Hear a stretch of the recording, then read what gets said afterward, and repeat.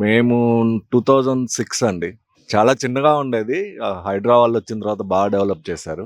It's a wonderful development. We never expected. ఇంత పెద్దగా చేస్తారని మాకు, మా పిల్లలకి మంచి ఆటువిడుపుగా ఉంటదని మేము ఊహించలేదు. నాకు తెలిసి ఒక 15 ఫీట్ అబోవ్ డిగ్ చేశారు యాక్చువల్‌గా మట్టి. Loads of tons of this thing. చాలా కష్టపడ్డారు. చాలా ఇన్వెస్ట్ చేశారు. And this is going to be another milestone for kind of Hyderabad.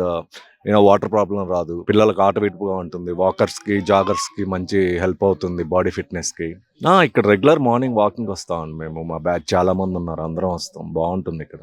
And recently ఇంకా చాలా డెవలప్ అవుతుంది కాబట్టి it's very fine to look at and spend some more time here. HYDRAA ఇలాగ అన్ని చెరువులు చేస్తే బావుంటదని మా అభిప్రాయం. ఎందుకంటే ఎక్కడ పెట్టినా అంతా ఉన్న చిన్న చెరువులు కూడా పొల్యూట్ అయిపోయాయి. అండ్ ఎక్కడ చూసినా కబ్జాలు అయిపోయాయి.